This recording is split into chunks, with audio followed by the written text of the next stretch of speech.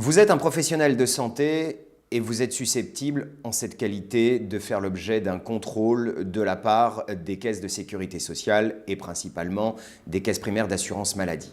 Les caisses primaires d'assurance maladie qui règlent vos honoraires en qualité d'organisme de sécurité sociale sont susceptibles de vous contrôler et de vérifier évidemment que vous avez effectué les actes dont vous demandez le règlement, mais que vous n'avez pas effectué d'actes superflus et que vous n'avez pas demandé le remboursement d'actes que vous n'avez pas effectués.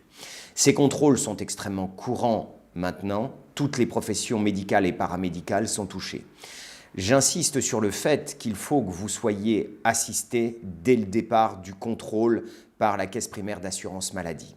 En effet, vous allez vous apercevoir que le contrôle, qui en général porte sur 2 années, peut vous amener à devoir des sommes extrêmement importantes qui peuvent mettre en péril votre exercice professionnel.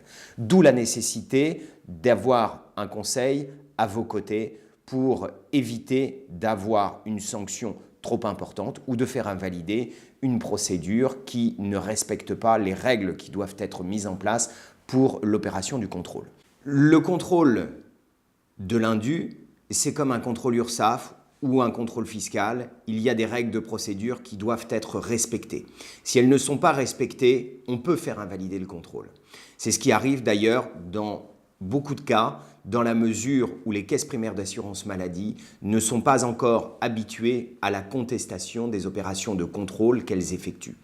Le contrôle va donc s'opérer, il va y avoir plusieurs phases qui vont aboutir à la notification de l'indu et ensuite de la notification de l'indu à ce que l'on appelle une commission des pénalités qui va, en sus de l'indu qui va vous être réclamé, vous demander, vous réclamer une somme qui peut aller jusqu'à 50% du montant de l'indu. On peut même avoir des déconventionnements et des procédures devant les conseils de l'ordre qui viennent s'ajouter aux procédures qui sont faites par les caisses primaires d'assurance maladie.